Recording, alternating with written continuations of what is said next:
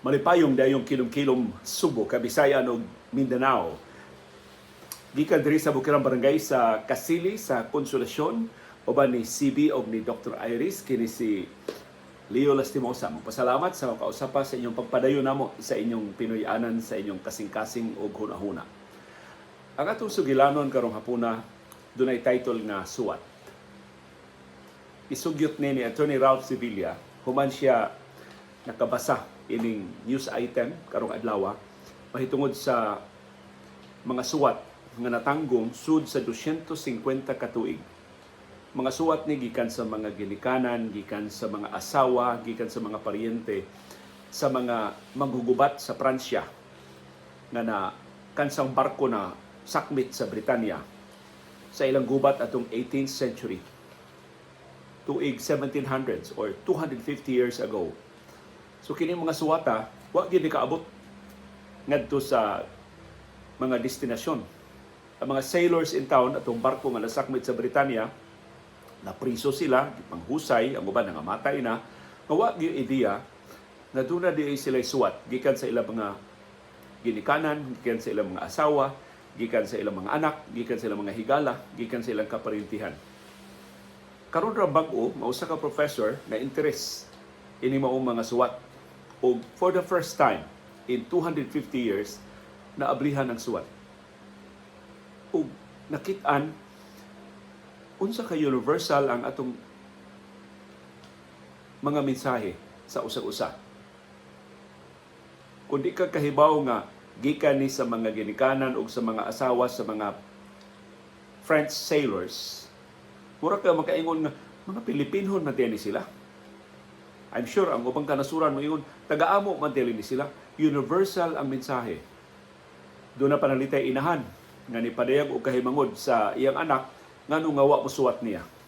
Common kay na ato mga ginikanan sa ato pangkabatanon, I'm sure nakadawat og suwat nga nagpahinumdum nato, oy ngano di man ka mosuwat, ngano di man ka mosulti unsay nahitabo diha sa imong kinabuhi. Hatagi mi og notisya labi na kadto mga nag-board and lodging ba og lagyo nga mga lugar. Universal ang mensahe. Dunay asawa nga nisuwat nga nabalaka sa kahimtang siyang bana, nipadayag siyang kamingaw sa iyang bana, kay universal sa mensahe.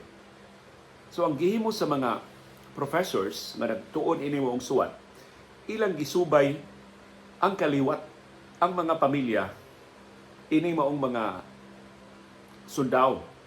Ilang gilista ang tanang sundao nga tripulante o nakasakay atong barko nga nasakmit sa Britanya sa tuig 1700s o 250 ka tuig na nilabay. O ilang na confirm ang mga ngan sa suwat o ang mga ngan sa mga tripulante. So dili tanang mga tripulante nakadawat o dunay mga suwat, pero dakong bahin nila dunay suwat. Unya, makaingon ka nga, kabangis gyud sa gubat. Tungod sa gubat, di gyud ka karason. Di gyud ka kaingon ba nga, ako nang suwat, mabasahan ko anak. Wa. Ang Britanya, gisakmit lang niya ang suwat. Sa way pagsusi, unsay suod sa suwat. Kaya para lamang, kaaway na namo. So kabahin is gubat, nga dili sila hatagan ng suwat, di sila makabasa sa ilang mga suwat.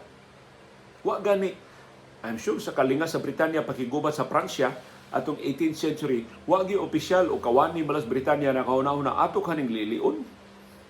Tiyali makatabang ni atong pakigubat sa Pransya kini mga suwata, wa gyud. Gidamo ra suwat, gibutang sa archive.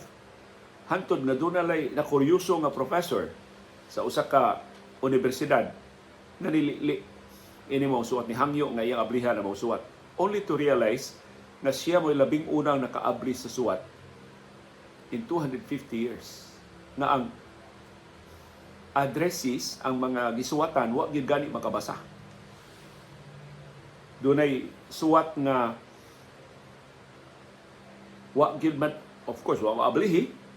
Namatay na lang ang asawa. Namatay na lang sa gatong sundao 250 years ago. Wa gyud sila ideya. Ang asawa way ideya nganong wa gyud mobawas ang iyang bana. Ang bana way ideya nga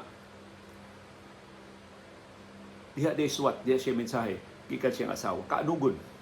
Nung Kaanugon ba sa komunikasyon nga wa mabasahi?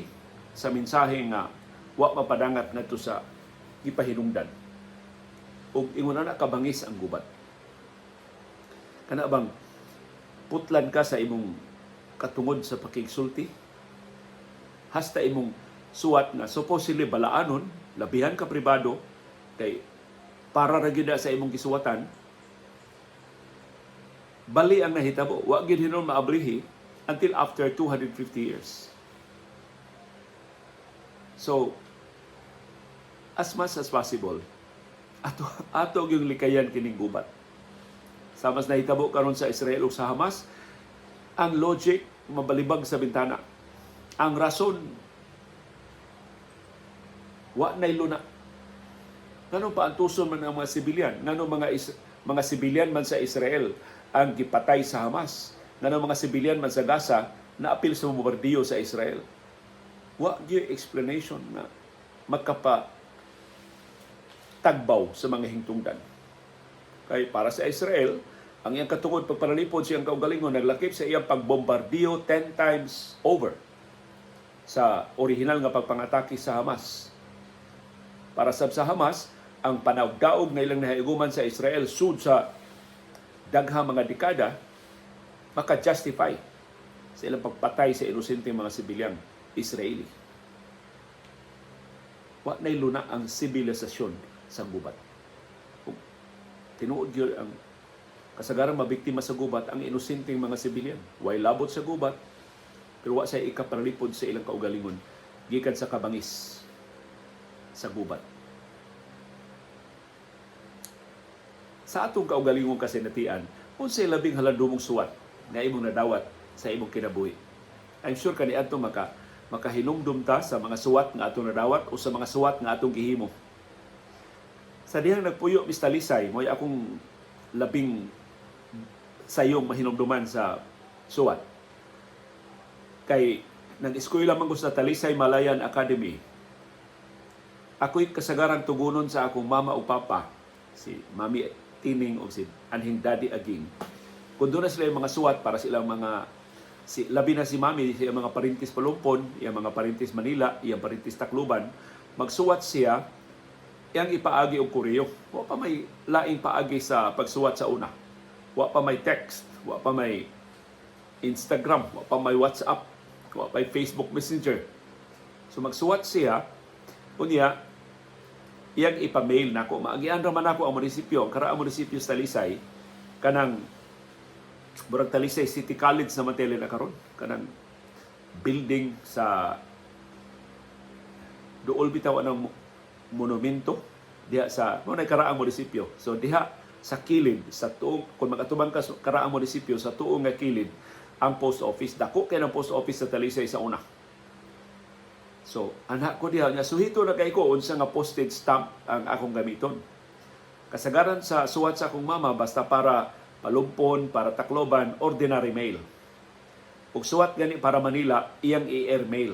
Kay dugay sa kitong umuto suwat ug dili nimo i-air mail. So mo to nga suhito ko pilay postage stamp para ordinary mail, pilay postage stamp para email. Ya kaniadto ang mga suwat nga airmail nasa to iyang lahi nga sobre. Katong sobre bitaw nga dunay rebate nga blue o puwa. Mao to ang kasagaran nga disenyo sa mga sobre nga airmail. Ang mga ordinary mail plain white nga sobre.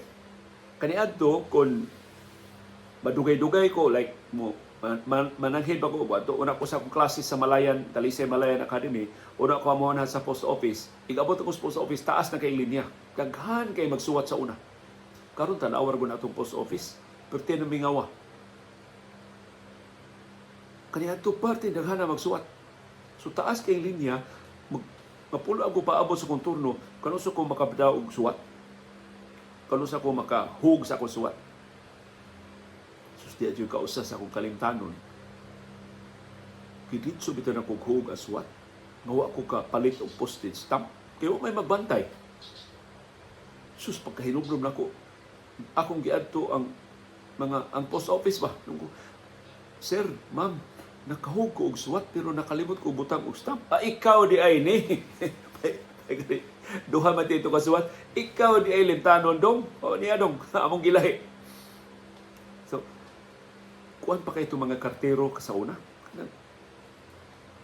Kay, sila may gisaligan para sa linya sa komunikasyon. Unya, samtang magpaabot ko ng turno, makadugog ko sa mga reklamo nga, wa man lagi mo abot akong suwat.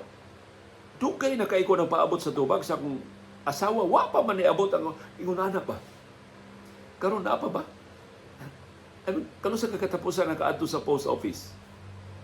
Ako nakaadto na kong post office last year, maybe 1 year ago, sa post office de Consolasyon, sa dihang doon na nakasulti na ako nga niabot na akong national ID, pero wa ko noy tao sa among bahay. Moto akong giadto sa post office. Aya pa nito nga akong ID, nalangay og unong kabuan sa post office ang akong ID. But otherwise, wa naman tayo business sa post office. Karong bago, nakadawat ko notice, pinangi sa email, sa atong postmaster diri sa Cebu City. Iyang kong gipadadaan og schedule sa mga mail para sa Pasko, para schedule sa kanang mga packages para Pasko. Kay nangkamot man sa litaw ng post office ba nga doon na gyapon sila kita. Og daghang niingon ako nga dunay mga services ang Philippine Postal Corporation nga mas maayo kaysa mga courier service. For example, kining Amazon nga niabot na din sa ato, bisan din Sugbo, gawas na naman kita maka-order og Amazon kay mo deliver naman sila sa Pilipinas. Ang mga packages sa Amazon ilang gipaagi sa PhilPost. Kay naa may balaod nga kung ang imong packages di kaabot og certain amount, I think di kaabot og 10,000 pesos, gamay ra ang imong bayaran. So ang Amazon i-avail anak na maong deal uban sa Philippine Postal Corporation. So ang ako nahibaw-an nga kung ang imong order sa Amazon dili mo kapin og $100, wa kay bayranan nga buhis. Mo kapin na gani og $100, doon na kay bayran nga buhis sa Amazon. Ingon ana, wa ko kasiguro sa detalye kamo tiyali ba yung masuhito kamo nga naka-order na og Amazon nagipaagi sa post office. Ug mo naghimo sa mga post offices sa nakalilaing kanasuran sa kalibutan dito sa Estados Unidos, sa Britanya, sa Pransya, sa Japan. In fact, sa Japan ang ilang post office profitable kaayo bisan pa sa kapaspas na sa komunikasyon. Naka-innovate ang post office sa Japan. Daghan kay sila mga gi-introduce nga bago nga mga serbisyo. Kana mga packages nga bulky kaayo, ilan ang gi-introduce isip dugang nga serbisyo. Pasayloa wa ko kasuhito unsay dugang bag-ong services sa atong Philippine Postal Corporation. Pero one time makahigayon ko, musuroy ko sa post office aron atong pangayo ang kasayuran at taga Philippine Postal Corporation sa ilang bag-ong mga innovations aron magpabilin silang relevant ni ining henerasyon sa text, sa chat o sa mas paspas nga mga mensahe. Si Atty. Ralph nipahinumdum sa nako nga before ang karibal ra gyud sa suwat sa koreo ang telegrama. Kung doon na kay dinilian gyud nga mensahe, for example doon na intay nahitabo sa pamilya, doon na ospital, doon ay namatay, doon ay dinalian ba mga mensahe nga mugbo lang, iagi og telegrama. So ato nasuguan sa kuan niadto og telegrama kay makatugbong man ko sa syudad katong magkobra ko sa akong daog sa DYRC sa Adventures of Johnny Pusong ni Anhing Art Maloy, niya naman jud ko sa syudad, tugunon na lang sad ko nila pagpadaog telegrama. I'm sure doon ang telegrama niya ito sa Tabunok. Pero kasagaran ari man gud may sa poblasyon, wa ko ka hinumdum nga dunay telegrama niya ito sa poblasyon sa Talisay. Tagsara ko makaadto og Tabunok sa Talisay. So mas regular ko once a week moari ko sa syudad kay weekly man to ang among pagkubra kada Biyernes man ito among pagkubra sa among daog. Kay katong Adventures of Johnny Pusong doon na to'y daily winners. Unya ang mga daily winners basahon ni Anhing Art Maloy sa Sabado para sa weekly winners. Basta ko to ang premyo sa weekly. Pero usa ra man ang winner sa weekly. Unya diri sa daily may ka makadaog. Kaduha, katulo, depende sa quality sa imong jokes o kung dili ba kayo daghan ang mga kompetensya nimo nga mga maayos sa mga jokes. So maka hinomdom ko sa magtelegrama. Kasagarang mga suwat nga akong mada na suwaton itawag kinamot, nindot kay tug agi akong daddy aging, nindot kay siya agi, iyang agi pinakatay.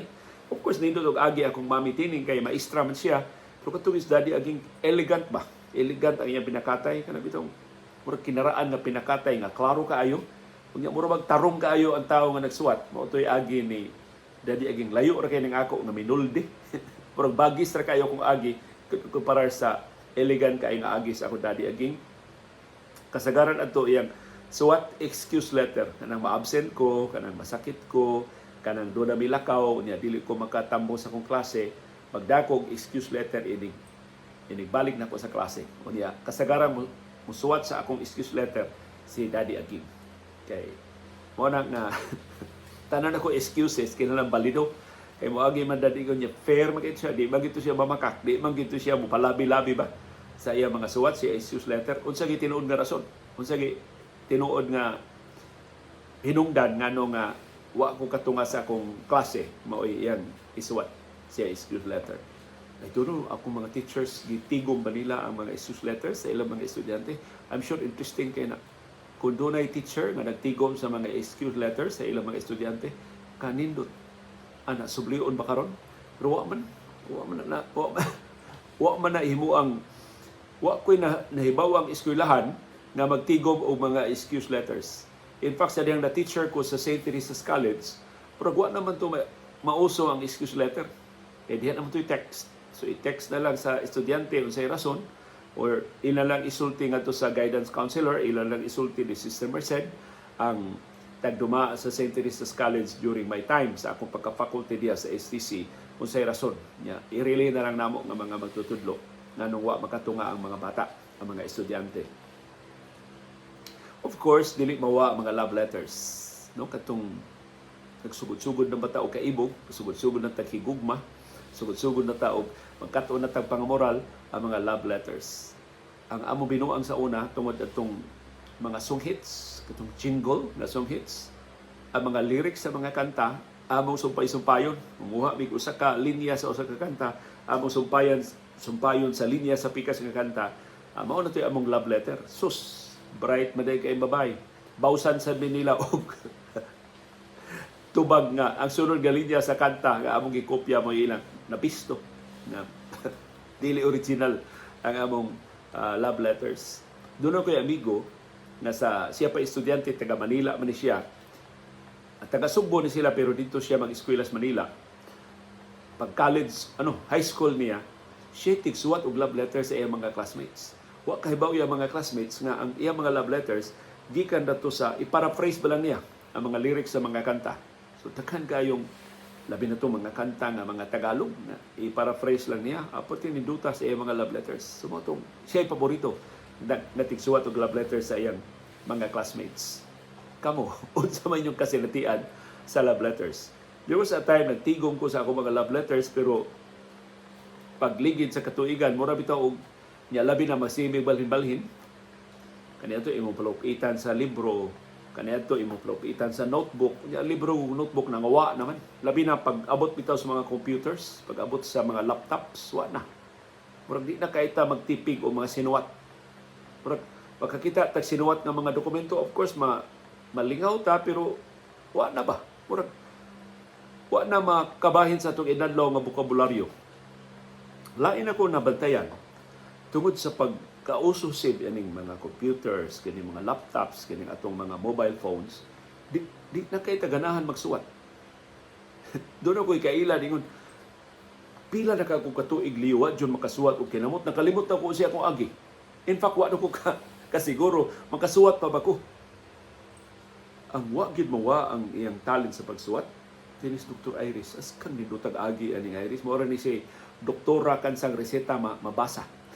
Di ka sa garas doktora murag jud itik og agi ni ilagi sa muton mga na sila mga code sa ilang reseta nga mga pharmacist ray makasabot Pero Dr. Iris, sa iyong mga reseta, usahay ako may magdaan niya ang reseta ngadto sa iyang mga pasyente sa una, or iyan ang papicturan nako ang iyang reseta niya, iyang i-Viber, iyang i-Facebook Messenger. Ako i-scan ang iyang mga reseta, haskang nindo tag-agi ni Dr. Iris nga mo reseta. Siya ray sa tanang doktor nga akong nahibawan, siya ray mo reseta nga klaro kayo. Klaro kay iyang reseta. Mao na nga di na kaita ganahan mo suwat or nakalimot ng taon sa pagsuwat. Ako personally, ang akong agi sa una, bati majugog agi sa una, igo na gyud mabasa sa akong mga magtutudlo sa Talisay Malayan Academy. Apparently ilang nabasa nga agi kay nakapasar man ko sa high school, pero hadlok ko nga karon mas disamot pa jud kabati ang akong agi. Kaya wa na practice. Puro bitaw og unsay termino na kana bitaw imong muscle kun di na nimo ma-practice mo hiyos, or ang iyang muscle memory mawa. Kaniadto sa nagsige pa ta suwat kay kada adlaw ta nagsuwat sa klase, anad kayo ang atong muscles, anad kayo ang atong pulso, anad kayo atong bukton. Karon wala naman. Bisan ganis klase gitugutan naman ang mga estudyante nakatambong kog klase karong bag-o na mga estudyante unsay isuwat sa teacher sa blackboard, ilan na lang picturean. Kay kapoy naman kayo pagsuwat. Na mga slide, PowerPoint presentation, picturean na lang nila mga slide. Kapoy naman kayo pagsuwat. Nasayo naman lang kayo ito, ilan itong i-enlarge, ilan itong i-zoom in, ang mga pictures, hibawan na nila ang leksyon sa ilang teacher. Yung teacher, disugot na nasab kay for facility. Bago man nga teknolohiya. Kaysa dugay kay siya makapapa siyang gisuwat sa board, kay nagkopya pa ang mga estudyante. So, daghan na kayo takarong mga kausaban nga nahimo bisan sa mga classrooms. Supposedly ang mga bata tun-an nato sa pagsuwat. I'm sure gitun-an paghihapon ang gagmay mga bata sa pagsuwat. Pero samtang magkadako ta, wa na. Ang mga teachers mas tolerant na nga, di na ta magsuwat, anhan na lang sa atong mobile phones, at tanawa ra gud atong bar exam. Mahimo na lang nga imong tubagon sa imong gadget, sa imong laptop, or sa imong personal computer. So, nagkaabli ang panghuna-huna sa mga eskwelahan, sa mga trabahoan, o sa mga institusyon sa bag-ong teknolohiya sa pag-communicate. Pero ako balikan ang findings sa professor sa usa ka eskwelahan dito sa Europa na WhatsApp man o ma-Koreo man, ma-Facebook Messenger man o ma-Telegrama man, universal ang atong mensahe. Wa mausab ang atong mensahe. Ganantang mahibaw unsay nahitabo sa atong mga minahal sa kinabuhi, di unsay ilang kasinatian, unsay wa ba sila sakit, unsay ilang kikaon, diin sila manuroy, unsay ilang kalingawan, nakakita ba sila sa lain natong mga paryente, nakasugat ba sila sa lain natong mga classmates, masurpresa kay tao, nag-reunion mo, nya buhi pa si Kuan. Naminyo na to si Kuan. Pila na may apo ni Kuan. Maog gihapon na hangtod karon. Mas sayo na karon ang pag-communicate, pero mao lang gihapon ang mensahe, universality sa atong komunikasyon sa usag-usa. Pero gusto ko mahibaw sa inyong kaugalingong kasinatian. Doon na may kalainan nga karon inig padangat nimo og chat hibaw ka mabasahan dayon within a few minutes sa imong gipadadaan. O kaniadto bitaw nga inigsuwat nimo, mag-imagine ka, ayay, 1 week from now, 5 days from now, 10 days from now, mabasahan na to akong mensahe. Unya, another 5 days, another 10 days, possibly, makadawat na ko og tubag. Kung sa may kalainan, mas significant ba?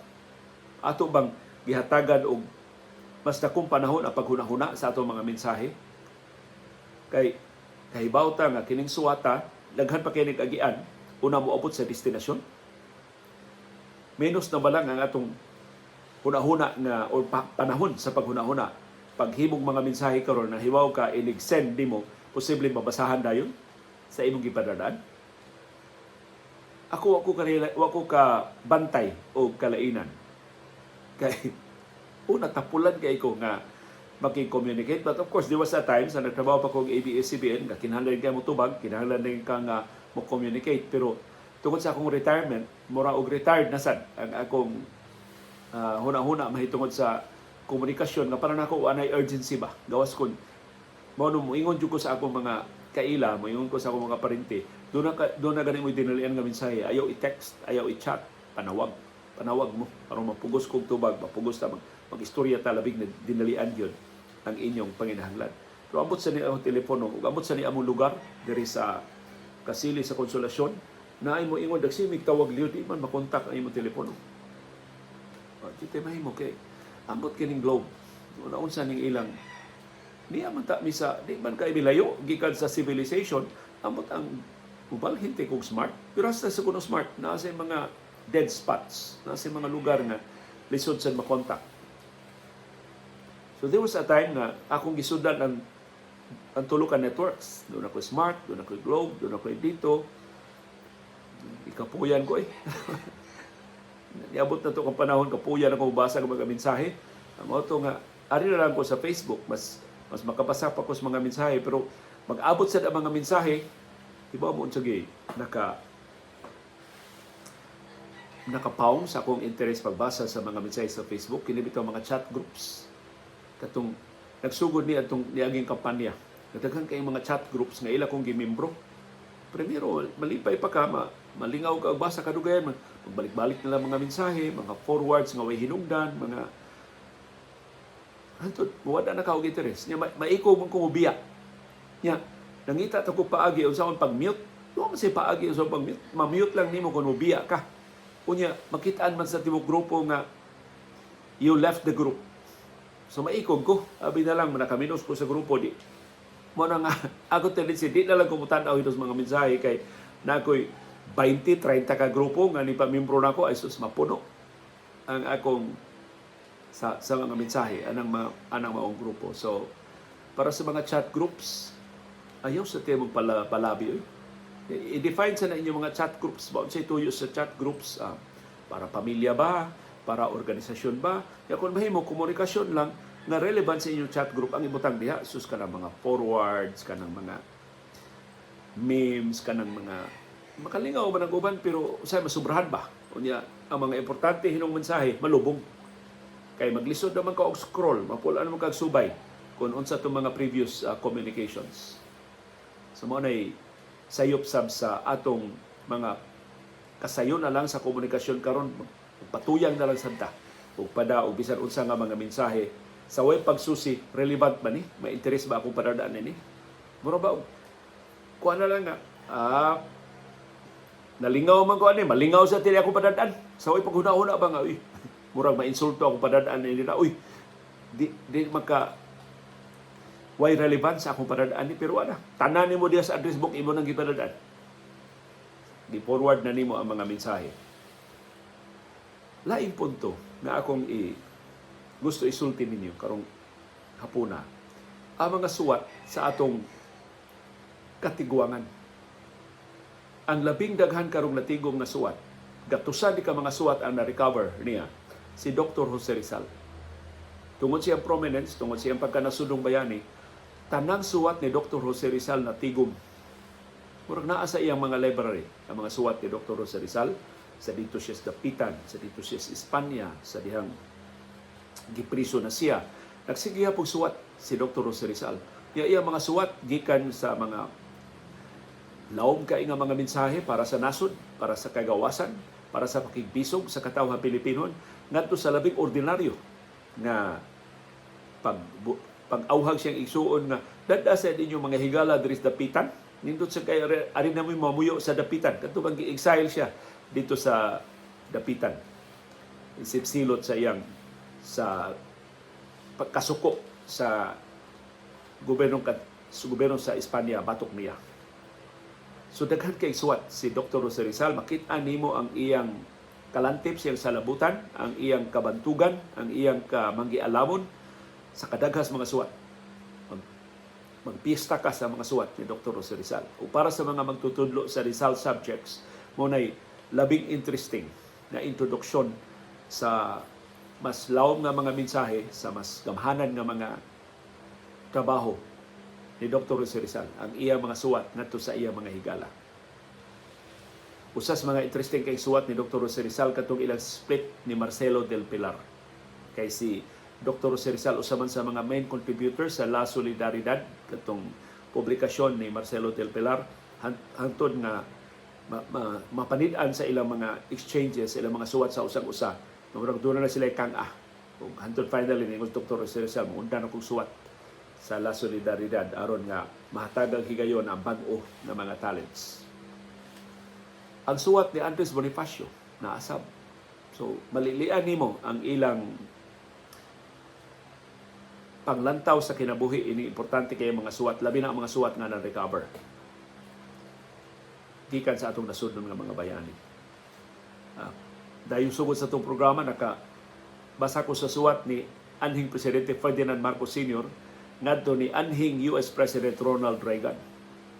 Nasadya si Marcos gihusay na siyang kasong racketeering dito sa Estados Unidos, siya gi-exile na siya dito sa Hawaii. Ako nabasahan ang abogado sa US government, si Attorney Rudolph Giuliani. Kining abogado karon ni kanhi US President Donald Trump. Si Giuliani pertimbatan una pang abogaduha. Kini Giuliani ni sikat mangod ni kay isip abogado sa New York. Siya malapuson kay ni prosecute sa mga mafia diha sa New York. Hantod nahimo siyang mayor sa New York. So pagtugan ni Giuliani hantod ni laos, hantod na bisto ang iyang tendencies, corrupt tendencies sa dihang iyan ang giparalipdan si kanhi US President Donald Trump. O karon in fact si Giuliani na appeal sa mga kaso ni Trump. So sa usas mga suwat ni Marcos ngadto ni Reagan, isumbong siyang Reagan na giingnan ko ni Giuliani, ubos ko nung sa imong authority, na pa mo plead guilty ko ining RICO case nga gipasaka batok nako. Mr. President, I would never plead guilty. Plead guilty sa kaso gipasaka batok niya. So sa mga suwat ni Marcos ngadto ni Reagan, nagpakiluoy siya na unta si Reagan motabang niya pero wa gid siya mokumpisal. Nangawat siya, wa siya mokumpisal og krimen sa mga krimen nga gipasaka sa US government batok nila. Sa bisag gi-exile na sila dito sa Hawaii. Unya si Imelda Marcos nagsige sa suwat ni Nancy. Unya ang ilang suwat kuantud personal ba kay ba? Dear Nancy, this is Imelda. Dear Ronnie, this is Ferdy. Mga wala na ilang mga suwat ba nga mura og nangulikta na og bigo baya kay ta, daghanan akong pabor gihatag nimo, kadaghang gifts akong gihatag nimo sa una sa migo pa ta presidente pagkus Pilipinas, karon imo na kong talikdan, imo na kong biyaan. Apparently wa gihimo ang mga Reagan para sa mga Marcos kay maunsa na ang sistema sa justisya sa Estados Unidos, makasuha na gani ka og sa ilang mga korte motubag gyud ka sa mga kaso nga napasaka. Di para dinis ato nga luokon daan ang mga kaso sa dili pa moabot nga tus korte tungod sa kasuod sa mga powers that be. So, I'm sure daghan kay mga suwat nga inyong malilian. So, kamong doon na dihi mga kaban, kamong doon na dihi karaan ng mga butanganan o mga dokumento, pagbantahi ragod, unya ka ng mga suwat, madugta man na ang mga papel, i-digitize na. Ang paagi sa pag-digitize ang mga suwat, pares pag-digitize ang mga litrato, aron nga, mapreserbar, niya dili madugta, pagamit mo og photoscan. Na application nga photoscan sa Google nga imong mura siya scanner nga ang usa ka dokumento imo siyang actually sugoon na ka sa app, imo siyang picturean gikan sa upat ka angles aron mawa ang glare unya maklaro ang kinatibuk-an nga dokumento. Nindot kayo ang resulta. Mura gyud og ang original nga dokumento ma-reproduce. Basta maayo lang ang lighting. Ayaw sa diha ibutang sa ngit-ngit. Ayaw sa ibutang diha nga hayag kayo ang adlaw. Kana bang normal lang nga kahayagon, nindot kaayo. So, kanang inyong mga dokumento, kanang karaan nga mga suwat sa inyong mga lolo o sa inyong mga lola, kung gusto niyo ma-preserbar, gamiti og photoscan na app, kanang photoscan na app sa Google. Libre na photoscan. Nindot kaayo. Mo na among gamito ni Iris kon kailan siya magpadaog digital version sa iyang ID or digital copy sa iyang mga dokumento, sa iyang mga resita. Muna akong gamito ng photoscan app sa Google. o makatabang na inyong mga karaang litrato nga hapit na madugta, na discolored na. Nindot kayo, gamitan yung photo scan, ma-digitize na siya kay mas mapreserbar man kung imong ma-digitize. Unya, nindot ba na imo ng literatuhan, mas nindot pa gina kung ang dokumento imong ma-reproduce, mabutangan imong digital version, na ang iyang outlines, ang iyang mga kunot mawa, himuan siya, mo siya mahimo nga digital version sa dokumento. In fact, ang mga resibo, di ba ingnon ta sa cashier nga labi na ang mga resibo ba karon nga gikan ra sa makina unya maglakip sa warranty nga 1 year or 2 years, ingnon ka sa tindahan nga i-picture na, sir, ma'am, kay para magamit ninyo. Kay after how many weeks, mapapas naman to ang mga thermal paper na gi-generate sa mga cash register sa atong mga tindahan.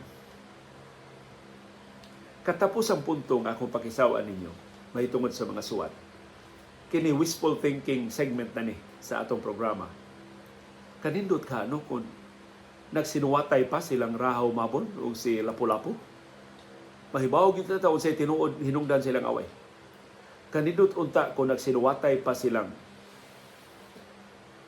Raha Humabon o katong Raha sa Limasawa. Mahibawan gid ta nato kung diin mo dunggos Magellan sa Butuan ba? Sa Masaw? Sa Butuan? O dari was Limasawa? Sa Southern Leyte. Kadaghan unta nga mga misteryo sa kasaysayan ang matukas. Kadaghan unta kasayuran sa atong kasaysayan ang atong mahibawan kung nauso pa lang ang suwat ni adto sa atong katiguangan. Pero sa panahon ko nilang Humabon, nila Lapu-Lapu, oral tradition pa man to. Ang ilang mga sinuwat ni adto, ibutang raman nila sa panit sa kahoy, sa mga dahon sa kahoy. Wa pa may papel. Sa una, sus kaanugod.